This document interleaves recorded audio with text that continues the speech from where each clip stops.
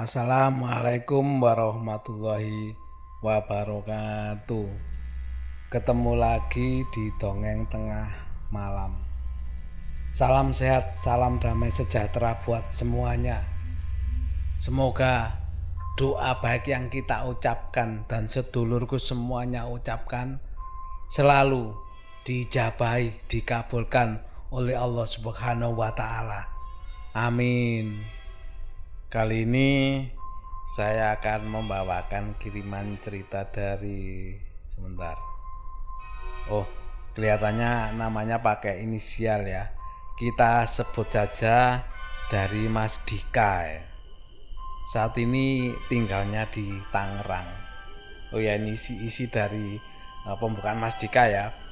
Mas Dika ini adalah pendengar setia Dongeng Tengah Malam. Terima kasih karena menjadi teman perjalanan pulang dari kantor setiap harinya. Makanya pada kesempatan kali ini Mas Dika ingin bercerita pengalaman Mas Dika waktu bersinggungan dengan makhluk gaib yang terjadi sekitar tahun 2017. Tapi sebelum ke cerita saya ingatkan dulu ya, sedulurku yang belum subscribe monggo di subscribe dulu, klik like-nya dan juga jangan lupa komentarnya. Yang di Spotify jangan lupa follow Dongeng Tengah Malam supaya tetap bisa mengikuti cerita terbaru dari Pak Delvan. Baik, kita langsung ke ceritanya ya. Kejadian ini sekitar tahun 2017. Waktu itu Mas Dika ini tinggal atau nunut atau menumpang di rumah teman kantornya yang kebetulan itu sudah punya rumah sendiri. Jadi Mas Dika ini tinggal di sana selama lebih kurang 3 bulan sebelum kemudian memutuskan untuk pindah ke kontrakan. Di rumah tersebut Mas Dika tinggal bertiga dengan Mas pemilik rumahnya, sebut saja namanya Mas Mac ya. Dan satu lagi temennya sebut saja namanya Delon yang juga ikut menumpang di rumah Mas Mac tersebut. Rumah ini rumah baru, jadi klaster perumahan baru lah yang sebelumnya Mas Dika nggak tahu berupa apa sebelum jadi perumahan tersebut. Tetapi sepertinya semacam kebun luas ya sebelumnya itu dengan diapit sungai kecil gitu. Lah, rumah ini letaknya itu pas di belokan. Jadi ada hooknya gitu. Sedangkan depan dan samping rumah itu masih kosong atau belum ada yang menempati. Bagian belakang rumahnya juga rumah kosong. Sedikit gambaran tentang rumah yang ditinggali Mas Dika ini ya. Rumahnya itu punya 2 kamar. Kamar depan ini yang menempati adalah Mas Mac, si pemilik rumah. Sedangkan kamar belakang adalah ditempati Mas Dika dan Delon. Waktu awal-awal tinggal di rumah tersebut itu ya biasa saja, aman-aman saja, nggak ada gangguan atau hal-hal yang ganjil. Peristiwa pertama yang menurut Mas Dika nggak masuk akal adalah saat Mas Dika dan Delon melihat gagang pintu kamar depan itu bergerak sendiri. Jadi saat itu kan sudah hampir maghrib ya. Kebetulan mereka bertiga ini kan kerjanya shift. Jadi kalau ada yang masuk pasti ada yang lagi libur di rumah. Nah, saat itu Mas Dika dan Delon ini sedang libur, sedangkan Mas Mac ini sedang masuk kerja. Mas Dika dan Delon kan sedang duduk di ruang tengah sambil nonton TV, sambil ngopi dan merokok lah, santai-santai lah waktu itu. Selang beberapa saat Mas Dika ini mendengar ada suara seperti pintu mau dibuka. Lah saat itu Delon ini juga dengar. Kenapa dibilang sama-sama dengar?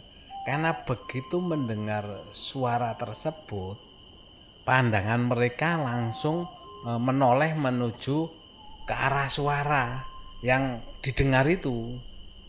Jadi pandangan mereka itu sama-sama tertuju ke pintu kamar depan yang berada di depan mereka. Dan mereka ini dengan jelas melihat bahwa daun pintunya itu bergerak-gerak naik turun, atau gagang pintunya ya maksudnya. Gagang pintunya bergerak naik turun seperti ada yang mau keluar dari kamar itu. Padahal di rumah saat itu ya cuma ada Mas Dika dan Delon ini. Tapi nggak lama sih suara itu. Setelah beberapa detik gagang pintu itu pun berhenti bergerak. Kemudian Mas Dika dan Delon saling memandang. Apaan tuh? Kata Delon. Kau lihat kan itu tadi? Dia bertanya pada Mas Dika ya. Iya lihat. Gimana? Tanya Mas Dika balik ya. Ya udah nggak apa-apa. Mungkin mau kenalan, kata Delon.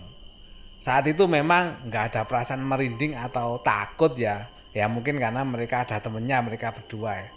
Selain karena itu, kan waktu itu masih belum gelap. Jadi pikir Mas Dika, ya aman lah. Saat Mas Mek pulang, mereka pun menceritakan apa yang mereka lihat tadi. Tetapi Mas Mek ini kan orangnya nggak percaya hal-hal segituan lah. Dia bilang mungkin kena angin atau tikus. Dan memang itu adalah pikiran rasional Mas Mek ya, yang kurang percaya dengan hal-hal gaib.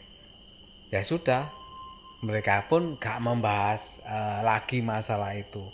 Sampai selang beberapa lama juga gak ada hal-hal mistis yang terjadi. Sampai pada suatu waktu Mas Dika ini kan sendirian di rumah. Karena kebetulan Mas Mek-nya ini masuk malam, sedangkan Delon itu pulang ke rumahnya di Depok. Jadi malam itu Mas Dika kan tidur sendirian di kamar belakang. Lah, saat enak-enaknya tidur, kemudian tiba-tiba Mas Dika ini merasa badannya itu terasa kaku. Jadi badannya nggak bisa bergerak, dan yang bikin Mas Dika terbangun saat itu adalah Mas Dika itu susah untuk bernapas, seperti ada yang gencet dadanya gitu loh. Sontak Mas Dika kan berusaha untuk berdiri, tapi waktu itu nggak bisa. Cuma matanya saja yang bisa terbuka. Lah, saat buka mata, yang terlihat kan langit dari kamar ya. Karena kan memang sedang tidur telentang. Tapi setelah itu, Mas Dika ini, matanya ini kan seperti ditarik untuk melihat ke arah lemari yang ada di pojok kamar. Dan saat Mas Dika lihat ke arah sana, itu di sana dilihat ada sebuah bayangan yang menyerupai bayangan manusia. Dan bayangan itu makin lama itu makin jelas. Kalau itu memang bayangan seorang laki-laki, itu adalah bayangan seorang laki yang bertelanjang dada itu sedang bergerak-gerak seperti sedang menari-nari gitulah. Kalau digambarkan ya, gerakan tarinya itu ya, itu seperti gerakan tari kecak itu yang dari Bali. Dengan tangannya itu diangkat ke atas, dengan tangannya itu yang bergerak-gerak terus gitu ya. Tetapi yang bikin merinding katanya Mas Dika itu adalah kepalanya dari sosok bayangan laki-laki tersebut. Karena sosok ini ternyata memiliki kepala persis seperti kambing. Kepala kambing ya, dengan tanduk dan jenggot. Sedangkan lidahnya itu menjuru keluar sambil matanya itu menatap ke arah Mas Dika. Jadi Mas Dika dan sosok itu sempat saling bertatapan selama beberapa detik lah. Karena Mas Dika sadar bahwa dia ini lagi sendirian. Makanya Mas Dika ini berusaha mencoba untuk bergerak ya, sebisa mungkin sekuat tenaga lah untuk supaya bisa bergerak. Dan untungnya nggak lama, akhirnya Mas Dika ini bisa menggerakkan badannya. Begitu bisa bergerak, Mas Dika ini langsung berdiri dari kasur dan bergegas untuk keluar kamar. Dan Bersamaan dengan itu makhluk tadi tahu-tahu hilang gitu aja, nggak tahu kemana hilangnya. Mas Dika langsung lari keluar kamar dan nggak berani malam itu nggak berani lagi masuk ke kamarnya, dan akhirnya Mas Dika memutuskan untuk tidur di ruang tengah saja. Alhamdulillah, walaupun dengan perasaan takut dan merinding saat itu ya, Mas Dika berusaha tidur di ruang tengah dan bisa tidur sampai pagi tanpa gangguan apapun. Dan itu kata Mas Dika adalah yang pertama dan terakhir kali Mas Dika lihat sosok berkepala kambing itu, dan semoga saja nggak pernah ketemu lagi. Itu tadi pengalaman dari Mas Dika. Dan katanya Mas Dika masih ada sih pengalaman yang lain yang dialami, tapi bukan dengan sosok berkepala kambing tadi ya. Mungkin lain kali lah Mas Dika akan bercerita tentang pengalamannya waktu masuk shift malam di sekitar lingkungan kerjanya. Tempat kerjanya kan di hangar pesawat yang ada di daerah bandara.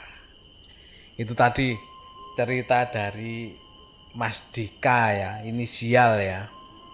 Terima kasih Mas Dika atas kiriman ceritanya, dan ditunggu cerita pengalaman lainnya ya di tempat kerjanya waktu shift malam. Sekali lagi terima kasih, ditunggu cerita berikutnya. Untuk sedulur yang mau berbagi cerita di Dongeng Tengah Malam bisa via email ya. Emailnya dongengtengahmalam@gmail.com. Monggo kalau mau berbagi pengalaman. Tidak lupa saya ucapkan terima kasih juga kepada sedulurku semua yang selalu hadir mendengarkan cerita dari Pak D. Alvan di Dongeng Tengah Malam ini. Semoga semuanya selalu diberikan kemudahan, kelancaran, dan kesehatan serta rezeki yang melimpah. Amin. Sebelum saya akhiri, tidak lupa saya ingatkan lagi ya, yang belum subscribe monggo di subscribe dulu. Yang di Spotify monggo di follow dulu. Terima kasih semuanya, saya akhiri. Wassalamualaikum warahmatullahi wabarakatuh.